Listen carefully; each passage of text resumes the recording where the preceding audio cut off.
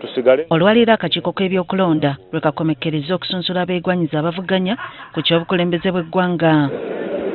Ku ssaawa 3:30 ez'okumakya ng'awerekeddwako omukyala we ne bannakibiina abalala, Nesal Nandala James Mafaabi akwatidde FTC bendera atuuse okusunsulwa.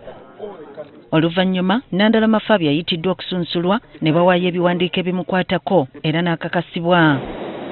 Wano ssentebe w'akakiiko k'ebyokulonda amuyitiddemu ku byalina okugoberera mu kakuyege we. You are to appoint an official agent who will coordinate your campaign meetings and media program and also attend meetings on your behalf where necessary. Bw'atyo naye ayogeddeko eri eggwanga na biki by'asuubira okukola singa alondebwa. Is to increase the tax base, to ensure everybody is in the tax bracket, and pay little.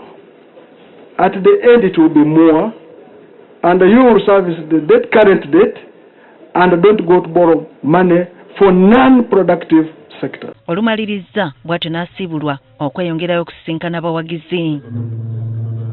Azzeeko ku ssaawa 6:40 abadde Mugisha Gregory Muntu.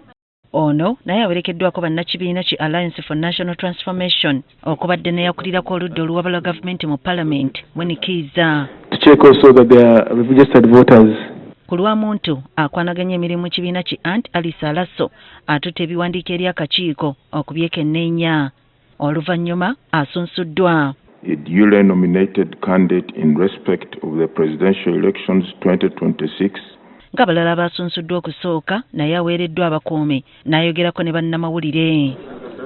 Avumiridde ebyalabikira mu kulonda olukiiko lwa NRM olw'okuntikka Kololo naddala ssente ezaali ziyisiŋŋanyizibwa mu bannakibiina. And people are being bought like you buy goats in a market. Mu gavumenti ye Muntu asuubizza essira okulissa ennyo ku kuleetawo emirembe n'obwenkanya. We intend to build sustainable peace in this country because we want to focus on justice.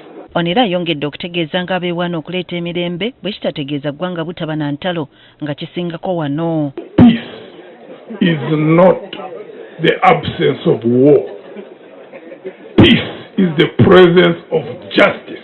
Olumaze okwogera ne bannamawulire naye n'asiibulwa okwabulira akakiiko k'ebyokulonda. Omulala atuuse ng'abadde munnakibiina ki National Unity Platform Robert Kyagulanyi Ssentamu.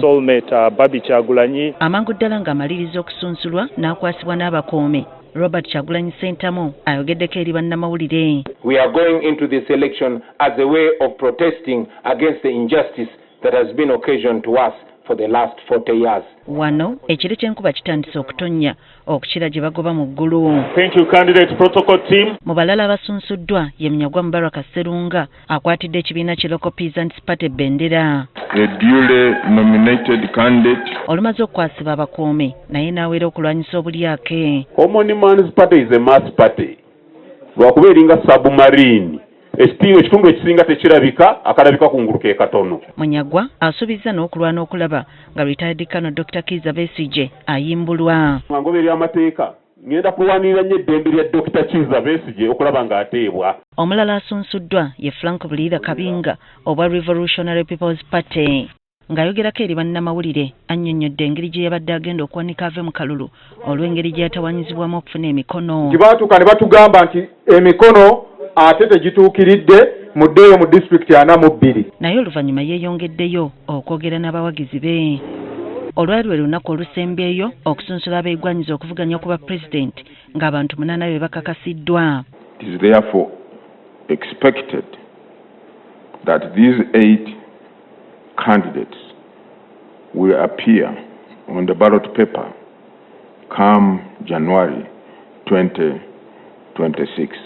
Ssentebe w'akakiiko k'ebyokulonda omulamuzi Simon Byabakama abasabye okuba n'enkolagana ennungi eri bannaabwe bavuganya nabo nga basiŋŋanamu ekitiibwa. To maintain an atmosphere or environment of peace and stability for the good of all of us. Bw'atyo era abalabudde ku kugondera amateeka n'okwewala okusika omugwa n'ab'ebyokwerinda. Observe the law. Appeal to your supporters to respect the law and also ensure that we maintain an atmosphere or environment of peace and stability. ssentebe w'akakiiko k'ebyokulonda mukakafu nti singa abavuganya n'abawagizi banaagoberera ebiragiro uganda yakubeera n'okulonda okw'emirembe. Susan Nanyanzi agafeeyo ku Spark TV. The vehicle will be available to you.